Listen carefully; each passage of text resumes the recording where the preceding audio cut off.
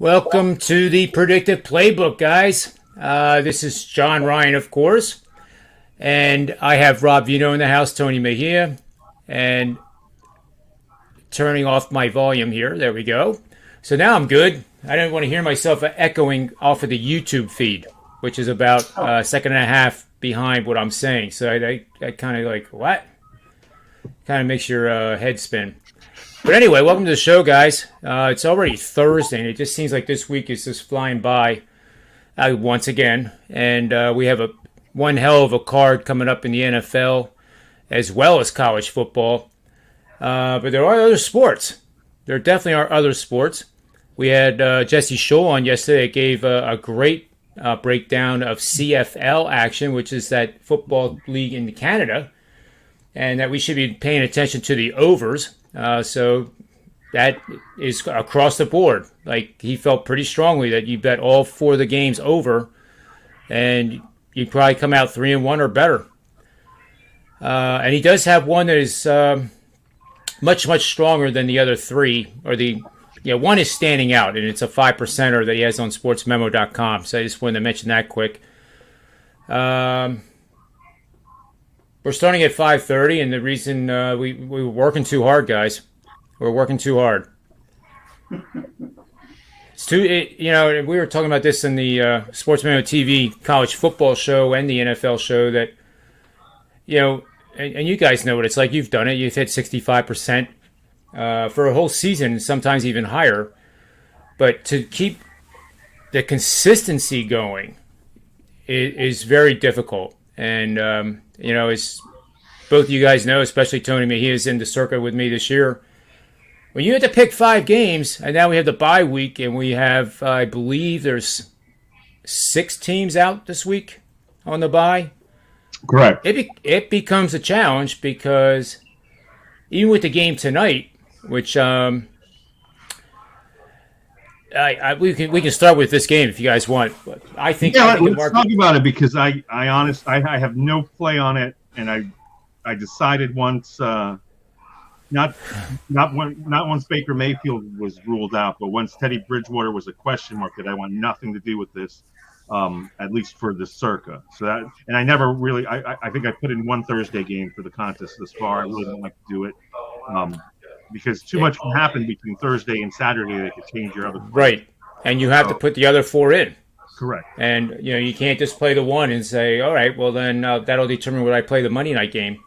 So I really haven't given that much thought. But yeah, if Teddy Bridgewater's in, and it obviously looks like he is, it seems like the Broncos are getting a lot of money. I just think Case Keenum has played already for that head coach. And Alex Van Pelt, wasn't he the Giants' all-pro quarterback back in the day? He's the offensive coordinator, right? I don't know that he was ever all-pro. He was good at that's Pitt. good. That's true. Pitt's all-time leading passer. Yeah, he's good at Pitt. Brad Van Pelt was a Giants linebacker who was where did he play in the pros then? I guess I have it confused. Alex Van Pelt played all over the place. Yeah, he played for a little bit. Yeah. And a lot of times, I thought I saw his name. I didn't realize he was actually the offensive coordinator. But it immediately hit me that sometimes these guys don't have the best of NFL careers, but they go on to apply their knowledge as a coach, and they do quite well. But Case Keenum, I think, is being trashed by the betting market. Not verbally, but the price has gone from basically 6.5 down to 1.5. And I right now would definitely side with Cleveland here, and that may end up with an egg on my face. But I was, Tony, you said you didn't have anything on the game, but Rob Vino, do you have anything? I do, as a matter of fact. I did play this game. So we will not talk about it then. It's a premium pick, right? I don't know. Well, it was on Wager Talk. It was 3%. So we go 3, 4, and 5. So it was 3% play. But aside from Mayfield, just the fact that Nick Chubb and Kareem Hunt are not playing. That's also a real good reason why the line is moved. I mean, you take all 3 of them out of the game, and I don't think that entire 5.5 is due just to Mayfield being out and Keenum being in. So we'll see how it goes. Thursday Night Football is always a strange bird. Only 4 days to get ready, and the players hate it. But everybody has to do it. It's like going to London. You get selected to do it. You got to do it. But, it'll be interesting. The defensive injuries in this game are insane. And the Broncos, down to one legitimate linebacker. The Browns they're down 4 linebackers basically, either out or hurt. So, the injuries are all over the place. I know the quarterback is the one that gets all the attention and the one that the public knows the most, but injuries on the defensive side of the ball are tough. And it looks like Jadeveon Clowney's even questionable here tonight for Cleveland. If all don't go, they could be games like these are so annoying. Starters. Yeah, they really are. All right, I'm looking at it because I would love to put something in on it, just because if there's somebody that subscribes for the year, I don't not play a Thursday night game, but I have nothing on this game yet, and we're 2 hours plus from kickoff. J.C. Treader is what? Is he in? The centers are always a big deal to me. Jedrick Wills has been out. Yeah, both tackles are even playing. I mean, Cleveland could be without 3 starting offensive linemen to protect Keenum. Yikes. And Von Miller's in, right? Von Miller is in. He's one that's still alive for the Broncos. They've been beat up as well. Yeah, that's wild. So you would think that's good news for Cleveland. If I had any axe to grind here, I think I would take first half Cleveland and see how it goes. Or, as you guys know I like to do, is I would bet pre-flop. I would bet nothing until I would bet nothing pre-flop, and then once the game starts, you can get a feel for what this type of game is going to be. And I think I would take a pizza bet flyer. I might even make it a show bet just because we have a live bet that if Denver scores first, I will take Cleveland in game on the money line. And scoring first means field goal or touchdown, not a safety. Just field goal or touchdown. I would do a pizza money bet on Cleveland just to see if they can pull off the win. They're a strange team at 3-3, and now they could easily be 3-4 after tonight. And then what was supposed to be such a promising year now is fighting for their playoff lives. Right. Yeah. And that's not where the fan base thought they would be. The Mayfield injury is his non-throwing shoulder, but he's being cautious. Is that it? Or yeah. Is it? It is. Yeah. Apparently, it's a injury. The way I heard it, where that shoulder just slides in and out, and the more shots you take on it, the further it slides out, and the closer you are to surgery. So the only thing to do with it is, Baker Mayfield's not exactly a guy who protects himself, and he took a pretty good shot last week. And I guess they're going to try and give him a week of rest here to see if that thing can get back in place a little better. But schedules in the NFL don't really get any easier as the season goes on. So I don't know. Maybe they thought this was a soft spot, or maybe it's just too quick to come back and play. He just got hit Sunday. He's got to come back on Thursday. But I'll say this, one of the things that I always look at, guys, is if you're a playoff type team and you're going to play back-to-backs at home and you lose that first one at home, generally I will not play against you the second time. Cleveland lost at home last week to Arizona. And home games are such a premium in the NFL. You got to win the home games. So just from a situational standpoint, in the NFL being what it is, results don't always make sense, right? We can talk them out till we're blue in the face and then say, how the hell did that happen? But the situational stuff in the NFL tends to play out a little bit more than the fundamentals do. And Cleveland's just in one of those spots here with back-to-back home games. I know the world's on Denver because of the quarterback injury, but you got to pay attention to those types of scheduling things because these teams don't let, at least the good teams, the bad teams, we know they can blow back-to-back games, but teams like John said, trying to be in the playoff hunt with expectations of even winning the AFC, Yeah. You can't lose 2 home games in a row. So we'll see how it goes. It's quite the setup both ways, really, to tell you the truth. Denver got out of the chute quick with those 3 wins over Jacksonville Giants, Jets. Come back and, I mean, if you asked 100 people, what do you know about the Denver Broncos? Oh, they've got a killer defense. But that killer defense has gone by the wayside the last 2 weeks, right? All of a sudden, they can't stop the Raiders. They couldn't stop the team before, so. I know Teddy likes Cortland Sutton. Yeah. Yeah, they signed John Brown at wide receiver as well. It'll be interesting to see how many plays he gets because he can, he becomes instantly the fastest guy in that wide receiving core. Yeah. So now they have a deep threat. No, I mean, I was big on Jerry Jeudy early, and he looked like he was going to have a nice year. And then I think he's out till at least next week. He's on one of my fantasy teams. Yeah, I had to sit him on IR as well, my fantasy team. But at least he's back practicing a little bit now. Yeah, I mean, I don't know that you could give me a game that I would not want to touch on Thursday night, but this is coming close. Keenum hasn't played really since 2019, significantly. Played last year, 5 of 10, one game. Against the Steelers, they got blown out 38-7. I'd have to research if that was even garbage time or if it was in the game when it was competitive.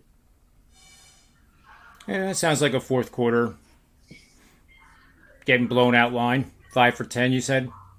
5 of 10, 46 yards. Oh, and hopefully that's not a whole game. What is the Teddy thing? Is it something that if he gets hurt, he's you're going to see the backup, or is it something that they're being cautious with? If he gets hurt, you'll see Drew Lock. That's for sure. I mean, he's not going to play at 100% here. In fact, it's crazy. Yesterday, the beat writers had basically come out and said Teddy Bridgewater's not going to play, and then Vic Fangio stepped in and said, "Oh no, he's going to play." So looks like the head coach wants to send him out there. I mean, they're in a position where they are falling like a rock as well, right? And Fangio is a guy that after these 3 straight losses is, hot seat central. So I'm going to send Teddy Bridgewater out there because I ain't getting fired. Well, if he doesn't beat up Cleveland Browns. I did notice this morning. These are the 2 teams that are 500 in 2 divisions. They're all over 500 or at 500 or better. That's crazy. So one of them will be 3-4 and hating life, and the other will be 4-3 and feeling okay. And it feels like the circuit. You go 3-2. Right. You're kind of proud of yourself. You go 2-3 and you think you suck. The most recent week, I thought I had all of them. So I said I went 2-3, and then it was almost like getting a mulligan because I said, oh no, I played this Monday night game. I'm actually 2-2, and it was the Ravens against the Colts, so they didn't cover anyway. So it was 2-3. I was lucky as shit having Dallas. I'll be the first to admit it. That game should have been a loss. I'd already figured I was 2-3. But it shouldn't have been a loss. It shouldn't have been a loss because they outgained them. Well, yeah. And then the play at the goal line, which changed everything, was a touchdown on 3rd down. Right. I hated that game, and then it was exhilarating. It really was.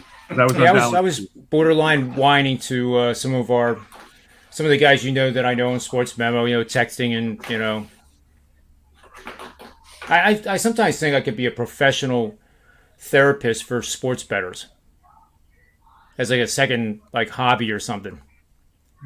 Yeah, to get people to get away from the edge of the cliff. Well, shoot, as gambling becomes more mainstream, that's probably going to be a thing in 10 years. You're a grief counselor for gambling. Well, I'll be a grief counselor for guys that I know are sane. Yeah. And that they're just frustrated with what they're seeing and observing. I can handle that. But if somebody, blows their house on betting, that's a problem that I'm not qualified to deal with. Right. Well, we're all qualified to try to encourage to stop it, but you're not going to stop people that have that kind of addiction. I mean, it's just powerful. one of those people that wants to end games in the first quarter. Oh, this is over. I'm like, you're in your 40s. Right. Haven't you seen enough sports? Sounds like an Eagles fan. Yeah, he's an Eagles fan. he's a lifelong Eagles fan. Or a Sixers fan. Now that they had 4 guys score 20 or more points, which was what, Rob, the third time that has ever happened on opening night? It proves that they don't need them. That was my best bet on the NBA show yesterday, and I said it's the very nice Easy Ben special. I mean, easy to do against the Hornets in their depleted state. Pelicans. But Pelicans. My bad. But yes, that was one of my favorite plays yesterday. That in Minnesota. Minnesota was my 4%, and I rode I think San Antonio and Philly as 3s. Well, tomorrow we'll go over some of the college action I'm seeing.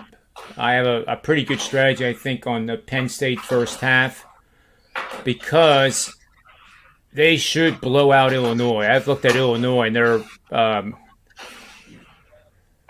know there's a lot of parents that have kids that go there, and it's a good thing. It is a very good thing. But the statistical evaluation of that football team is horrid. They have some of the worst yards per point metrics, and I actually adjusted for strength of schedule.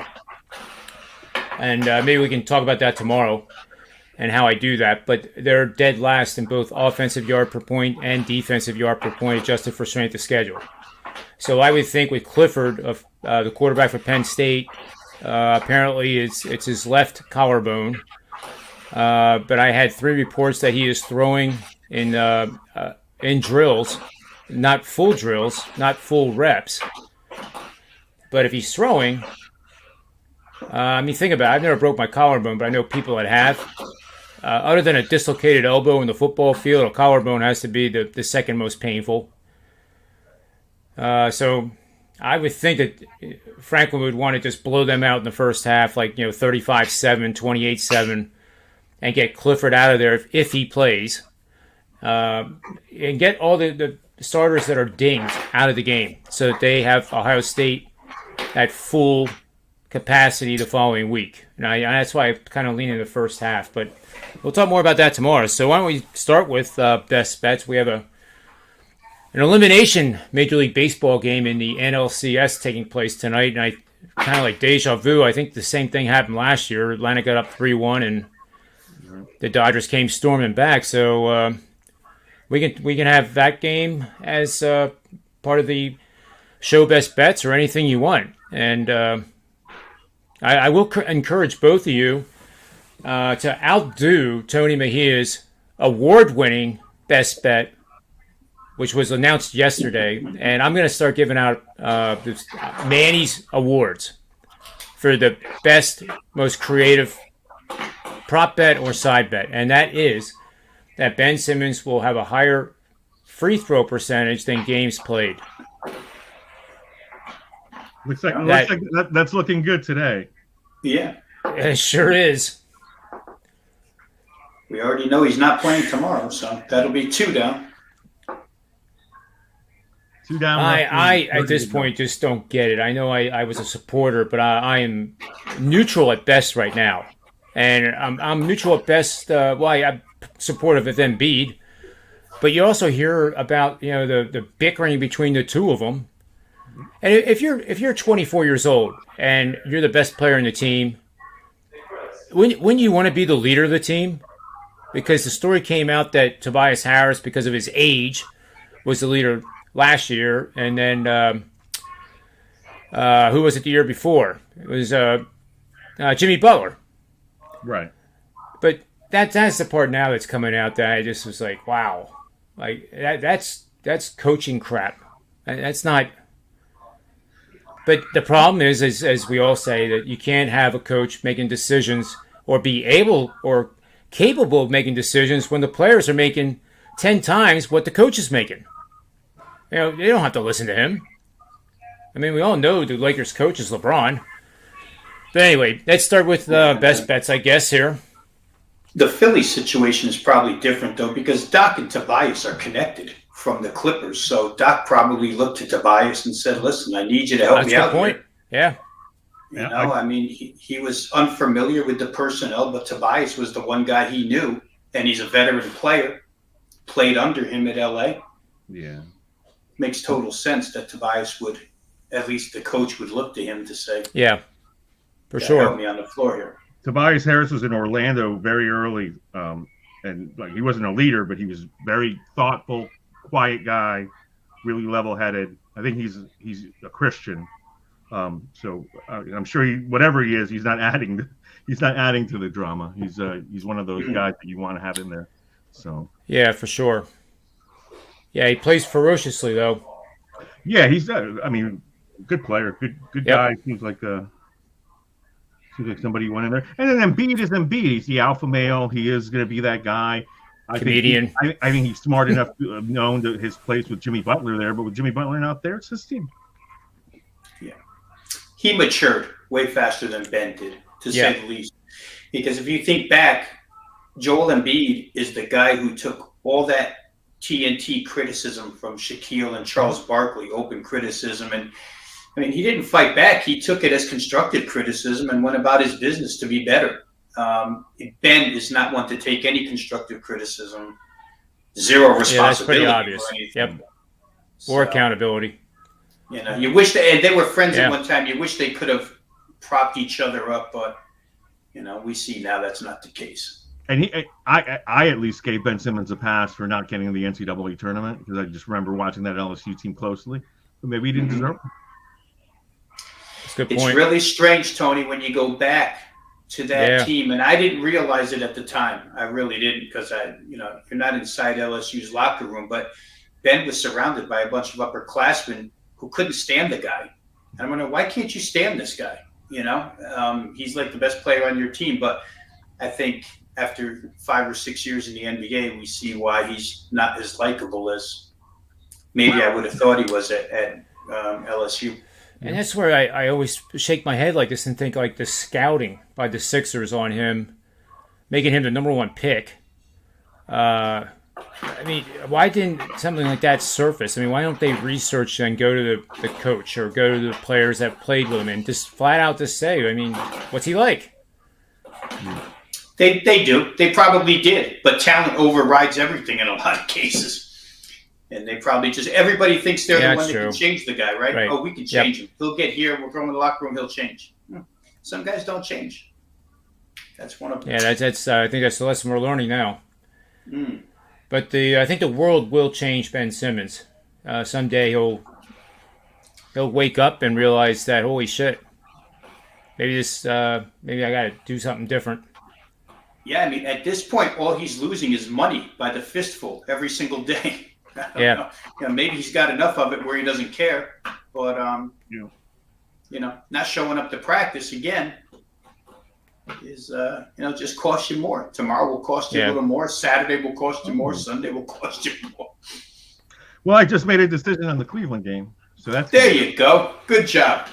Is that your best bet for the show? You can I'll lead give it off. out. I mean, I'm giving it out so late; it's really going out to clients. So sure, that'll be my best bet. Hey, Tony Finn. Oh, no. He came out just because he found out I was getting. I need a little drink here now. I haven't put me on live yet because I put my clothes You're on. online. Put my clothes on. We are live. That's a fact. I can't Just so hear you what know. you're saying. So it doesn't really matter. I'm trying to find I guess I'll put my head. I got to find my head. I muted him temporarily just in case.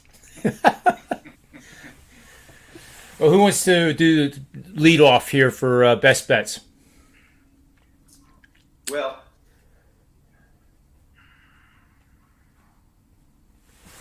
trying to figure out what I should use here. I can lead off. All right. It's actually in hockey. Edmonton versus Arizona. And like baseball, I play a lot of dogs, a lot more dogs than favorites. So ROI is how I keep track of everything. And it's based on an angle. And Arizona's, I guess, about a plus 170 underdog, or probably higher by now. And this system has gone 37-13, 74%.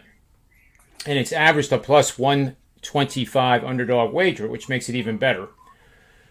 The Angles made the dime better, $31,500 in profit over the last 5 seasons. You're going to bet on home teams using a money line that are coming off a blowout loss of 3 or more goals, which Arizona succeeded in that, to a divisional foe, and now facing an opponent off 2 or more consecutive home wins. That's 37-13, averaging a plus 125 underdog wager.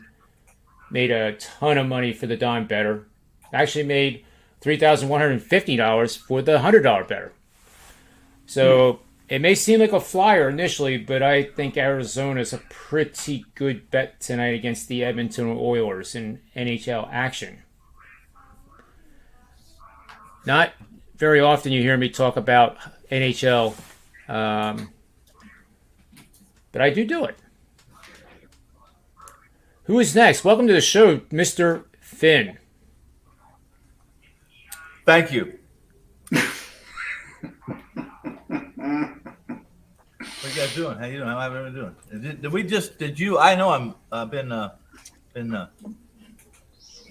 tying up some loose ends. Have you guys discussed anything I should know about? Any $1 million projects? We talked about the football game. Which one?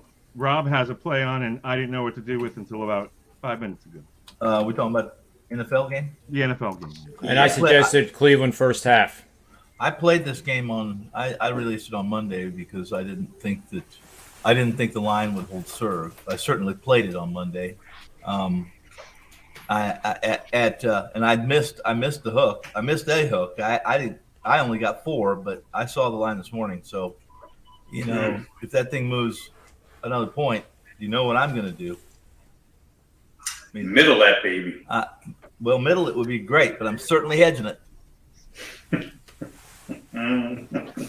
I'm as Gabe Morency and the rest of the grid, sports grid folk. Hedgehog is correct. Tony the Hedgehog. The hedgehog. I know that one. Everything. Hedge. Everything. And asked me why. I said because I have a problem giving away free money. I'm interested to know from Tony Finn that I'm kind of excited about the baseball because now we're going to get to see the real genius of Davey Robertson in action. Did you really have to go there right now? My head was just kind of cleared for a minute. Now it's starting to the small little gears that they're so old they don't always catch now. So it's like, oh, where am I? Do you think his players can do it again for him? Well, meaning come back from 3-1 against Atlanta. I rarely step out. Although I did a write up or I did a preview today that I said it's going to take a gargantuan effort with a fair amount of luck for this specific team to stay within the handicap of the game. I'm speaking of Ohio State. And then I basically said it's going to take divine intervention for them to have a straight-up win.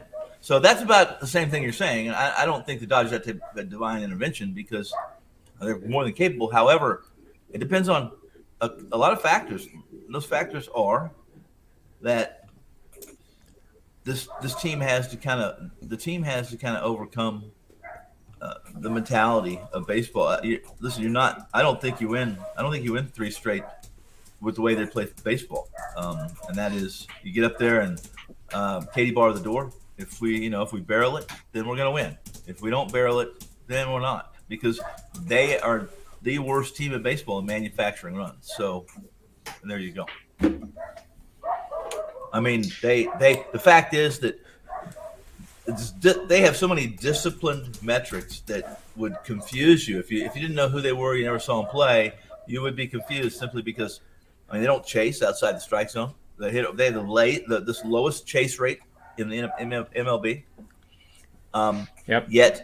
Yet they are incapable of manufacturing runs. So that right there is almost an oxymoron, or it's just contrary, completely opposite, of what it should be. So.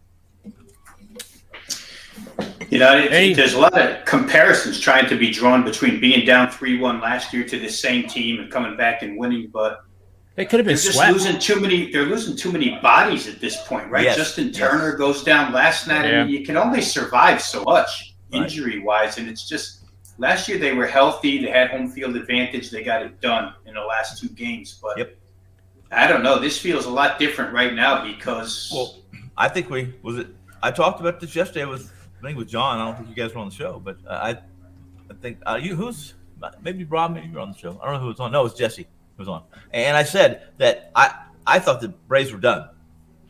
The way they handled Bellinger, that at bat, could have been handled so much differently, and they didn't. And I thought that sometimes that will absolutely just, it can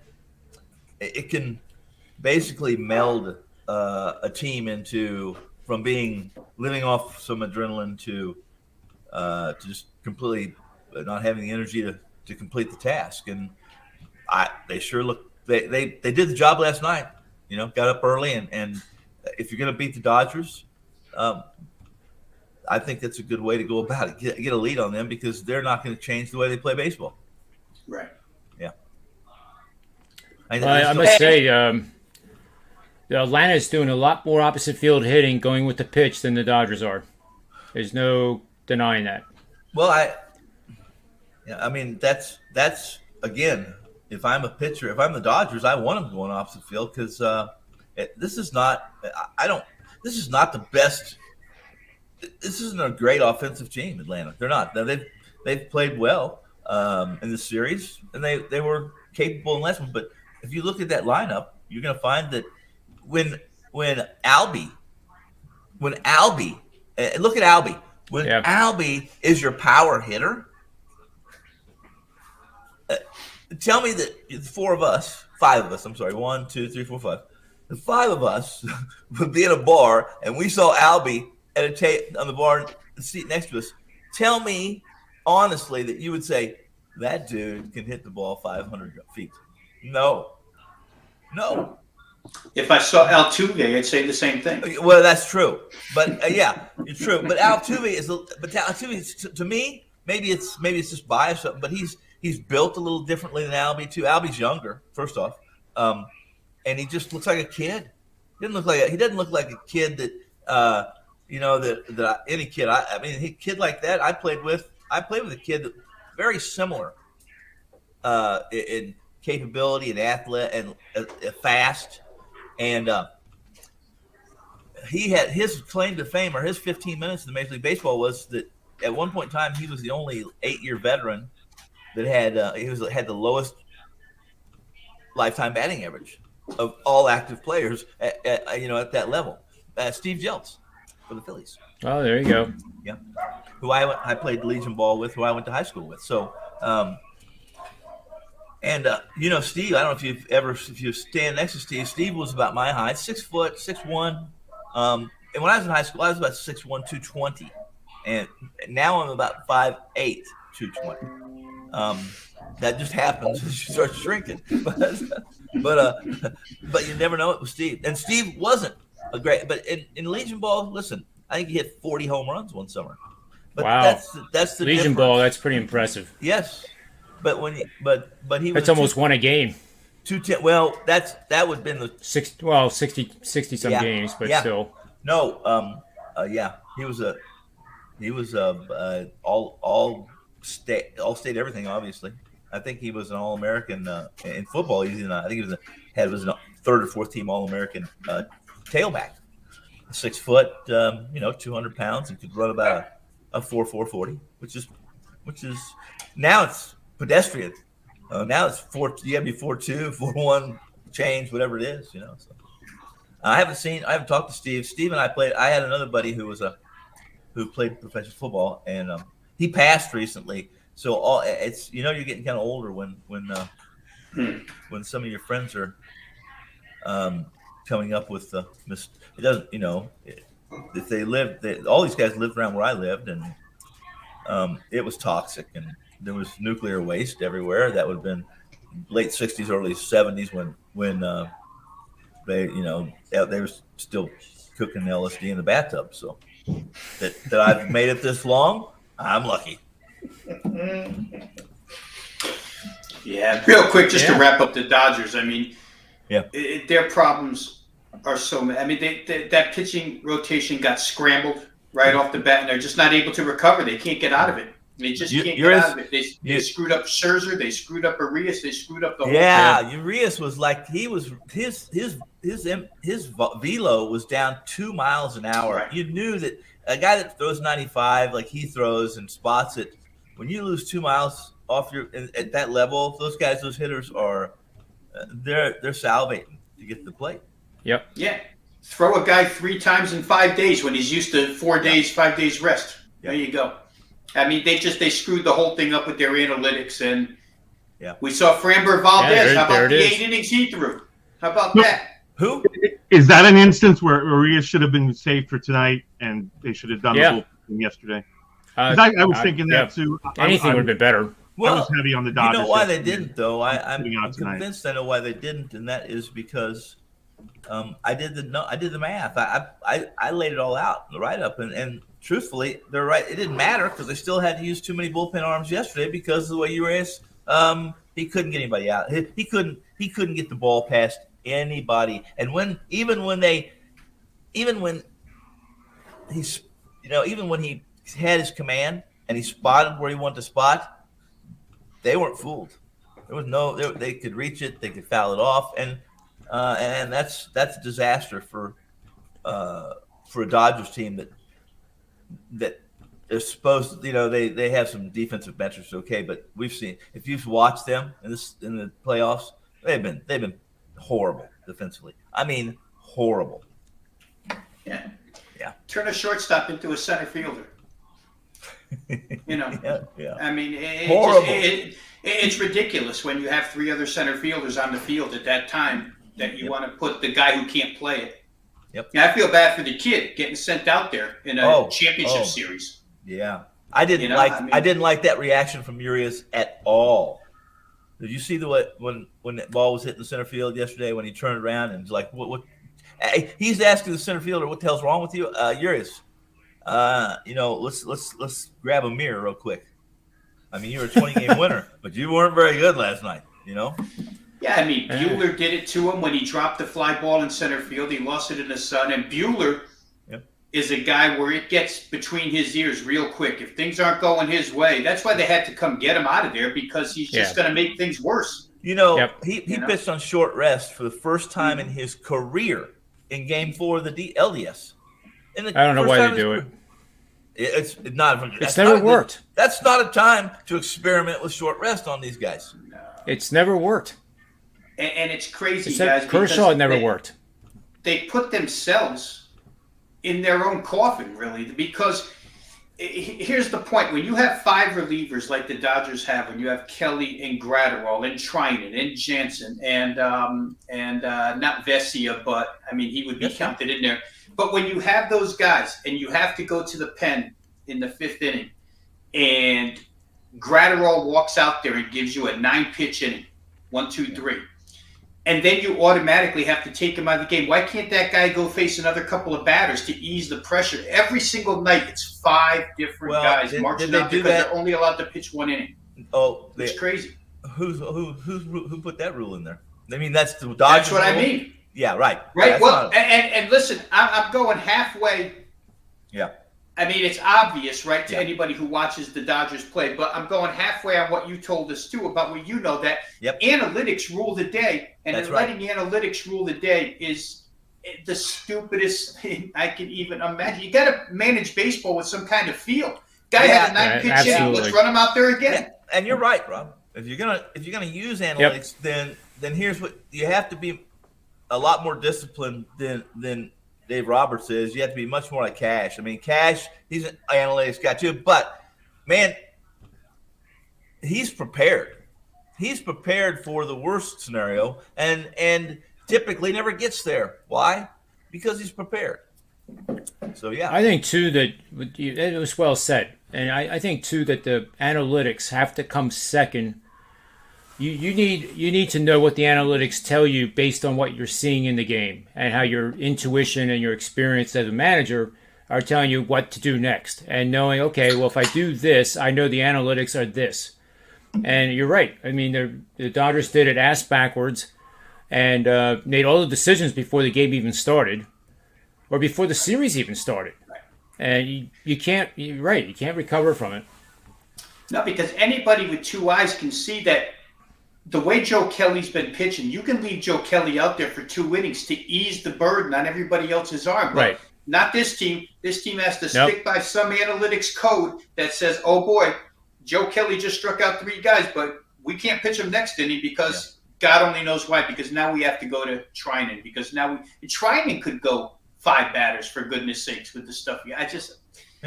Like I say, they got every single arm on that team is fatigued right now because of their decision making. Period. I agree with you. And it's funny how things will go well for the Dodgers in one game. For instance, that game that they won against the Dodgers, against the Giants, I guess was Game 5. That they made all these pitching moves that really, when they made the move, I wasn't real confident, but they worked, right? And it's funny. It's funny how this group of guys can feel as entitled, or as they have a game. Something goes right, and all of a sudden they flip from being hungry and humble, or at least as humble as that group could be, to do whatever you want because we're going to find a way to win, and that's their posture. That's what I see. It's even when they were losing last night in the dugout. I'm not saying you're supposed to hang your heads, but I never saw a lick of concern, or maybe or question marks. You know how you question yourself when when you've gone you're sober as a judge and so most judges and you're driving down the wrong way on a one-way street. You stop and you say, well, what the hell just happened? How the hell did they get here? You get that look on your face, right? Well, I don't see that face. I don't see it at all. Who needs to be the hero tonight? Like, are they? I know Joe Kelly's starting. Is that a one and done, or is it? Yeah, well, pretty much. I mean, it shouldn't be. Tom. Somebody's got to pitch 3 innings. Yeah, guess what? What happened to do with the idea of Knievel? Well, again, he's working. That worked pretty well, didn't it? On his. Well, they've already used that twice. Used the Giants. They used it twice in the series. Huh? One. Yeah, couldn't he pitch They tried that twice. But I think Tony Mejia's point about Kelly, Joe Kelly at one time was a starter. Yes. He's actually started a World Series game. Yes. So if you're going to get 3 innings out of a guy, put a guy that has 50 pitches in his arm. I don't know that Corey Knievel has 50 pitches in his arm. I don't either. I'll tell you this. One of the things is if you look at Kelly now, one of the reasons he is where he is, okay, and doing what he's doing is extremely – it is so – eerily similar to like a Wade Davis Wade Davis was a starter. And the first time through the order, Wade Davis was lights out. He could reach triple digits and barely touch him.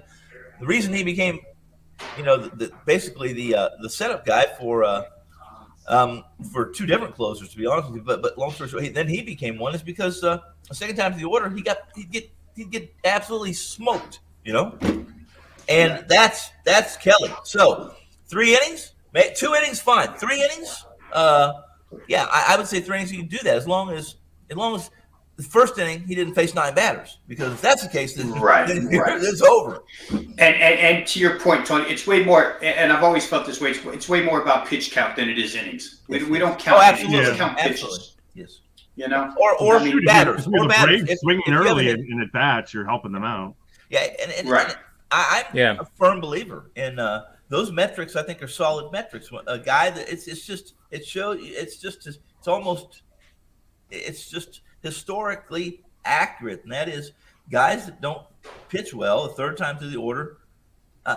You can take your chances with them, but it's going to be batted ball luck for the most part, probably. That if they survive it, because it's just who they are and how their body works, and no matter what kind of condition they're in. So. I mean, he's got Tony Gonsolin, who can maybe go a couple as well. If he's got his stuff. I mean, if they don't have their stuff, you yank them right away. That's all. It's a do or die situation. And that's where he's always $1 late. He's whatever that saying is. Day late and $1 short. Yeah, but I'm more than $1 short. I don't understand that saying at all because I'm always a day late and a hell of a lot more than $1 short. But I think it has to do with like a couple of French fries short of a Happy Meal when you're referring to somebody making a bad decision. Well, that's somebody that's you understand that permanently one, right? damaged. That's permanently damaged. When you're a can short of when you're a can short of 6-pack, then you're no good. Well, All that being said, and the other side has Max Fried. You tell me. Yeah. That's why. and he's an underdog. Well, there's 10 Holy reasons why smokes. Yeah, that's 10 weird that he reasons was why he's an underdog. Okay, listen. Anybody in this situation, the average Joe and the Joes out there right now that are at the sports bar or at home on the patio having a beer, saying, Yep. "Wow, the Dodgers, they're down." It's a time to bet 'em. You know they're Yep. going to win. They're not. Yep. They're going to win. So there's that the public mentality, and that's why I wasn't surprised one bit to see 150. And I don't know what it is right now. I have to look, but I think I got it here. 140, 132. It actually backed up, and I'm certain that's sharp money because it was 145 opener. So Minus 131 at Pinnacle, 130 even, minus 130 at Heritage. Yeah. If I knew, if you guys could sit here and say, Tony, I guarantee you that Kelly, you'll get 3 scoreless innings out of Kelly, then guess what? I'm going to go jump on 8 under 15 in a second. But I think you can get 2. Well, then I'll tell you what. Then I won't jump. I'll crawl and get the 8 under. It does depend how easy the innings are. Like we say, pitch counts everything. For Joe Kelly, I would say maybe 40 pitches is the limit. Kelly is Kelly. We know Kelly, and what Kelly was 2 years ago. He's just a little bit smarter now. Because if it was Kelly 2 years ago, forget it. I'm all over it. Right. I like him. I like the Dodgers. I think he'd go 4 innings. 2 years ago, but not now. All right, so with show best bets, I did Arizona as my NHL pick at plus 170, I think it is. Let's see where it is for the show purpose.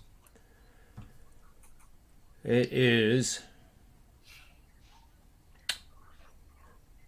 plus 1.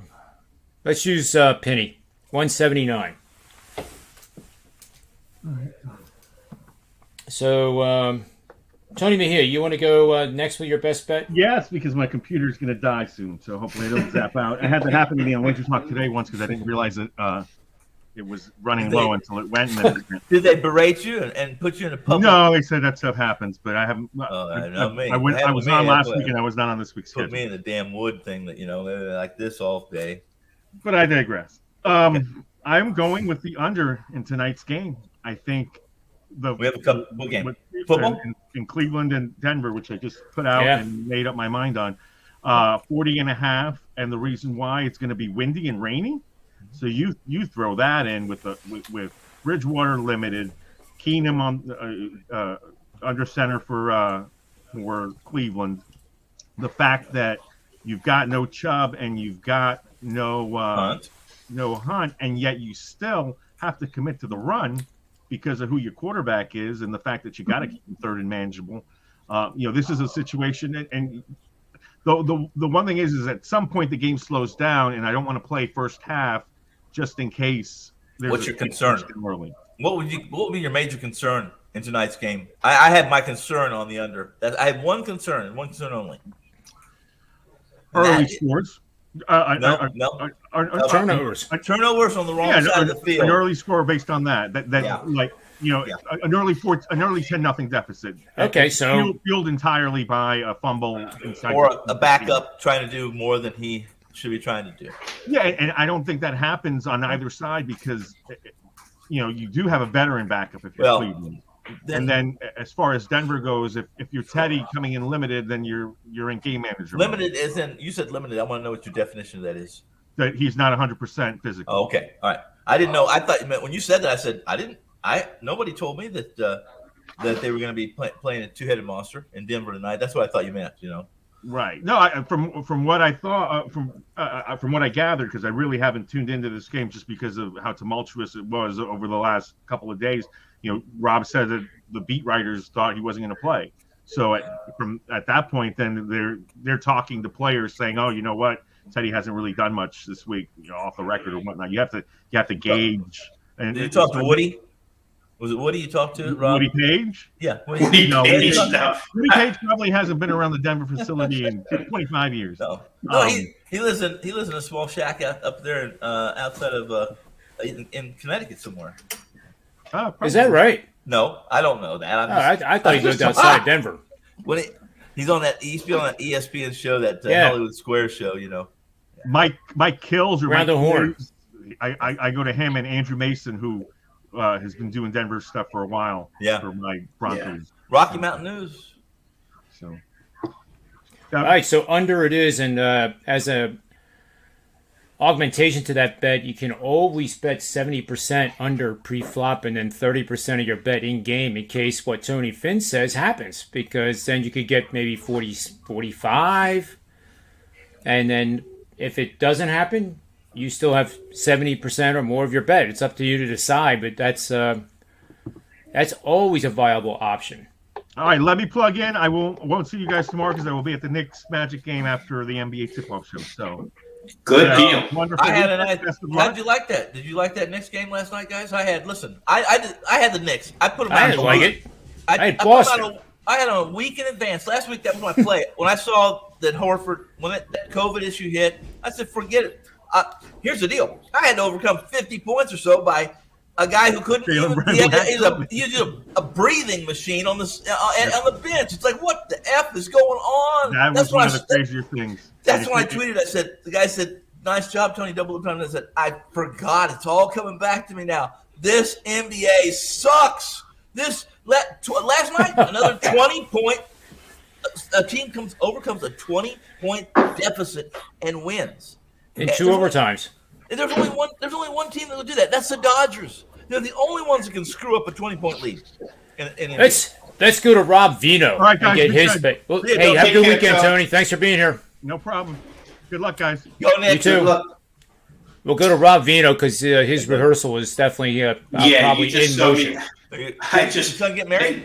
They keep coming into the office, so I just waved them on and told them they could start playing. So if you hear the music, there. We get music. A wedding? You know when? No, it's my a band. youngest is getting married, and next May, my youngest is getting married. You're having a rehearsal dinner already?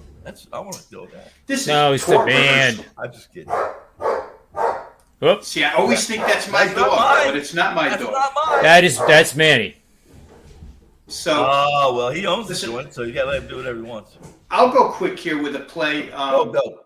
With some stuff that just broke about 45 minutes ago that I saw, but it looks like Doug Brumfeld won't go for UNLV tonight, which puts that team in a huge bind offensively. I mean, I had that Utah State UNLV game over the total last week. Brumfeld's on the field. It's 17-7 in the first quarter. Brumfeld gets hurt, leaves the field, and UNLV looks like they don't even know how to throw a forward pass for the next three quarters. So without him tonight, I'm going to play San Jose State.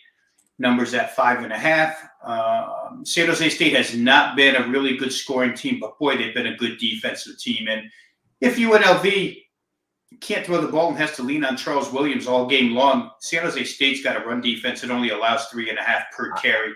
And they're liable to stack box against him. So I'm going to play that side. San Jose State minus 5.5. Go ahead, Tom. No, I like it. I'm just telling you, I like your play. Yeah, good play. I would parlay it with the under. I like the under too, although you lost a couple points of value here. Probably. I don't know when this went. I thought I saw a 45. I don't know if it went to 40 just recently or not, but it looks like it did. Yeah. In fact, it went to straight from a 45 to a 44, but that could have been an adjustment as well. So, yeah, I like Mr. Finn, wrap it up here and tell us where your best bet is. Golden State -3. Golden State -3. Yes. All right. I like that one too. With Leonard for what or it's without worth. Leonard? Yeah. Well, enjoy the show, Rob. I mean, it's going to be pretty cool to have the rehearsal going on right there and now. You know. Yeah. What is it? Their bass player flew in from Michigan, so now they're all set and ready to roll. They go out on November 3rd. Tell them to go take a lemon. Take a lemon or a roar. Finn said take a lemon or a roar and relax a little bit. Shit. All right, well, there you have it. So on behalf of Mr. Anthony Mejia, Mr. Tony Finn, Rob Vino, myself, WagerTalk.com, sportsmemo.com, and make sure you get over to wagertalk.com and Sports Memo and sign up for a subscription. Damn it. Just sign up and you will not be disappointed. Bone-in ribeyes for everybody tonight. There's a reason why Wager Talk has 82,000 subscribers on YouTube. Because it's good. It's educational. It's valuable. We bought them. And who wouldn't want to have Tony Finn working for them? A lot of people. Yeah. Yeah. I don't know any. So that's that. When you're ready, I'll introduce you. Depends what business you're in. Any business. Well, I guess that's about it, guys. So have a good night. And thanks for watching and tuning in. Get a subscription, and may all the wins be yours. See you, Manny.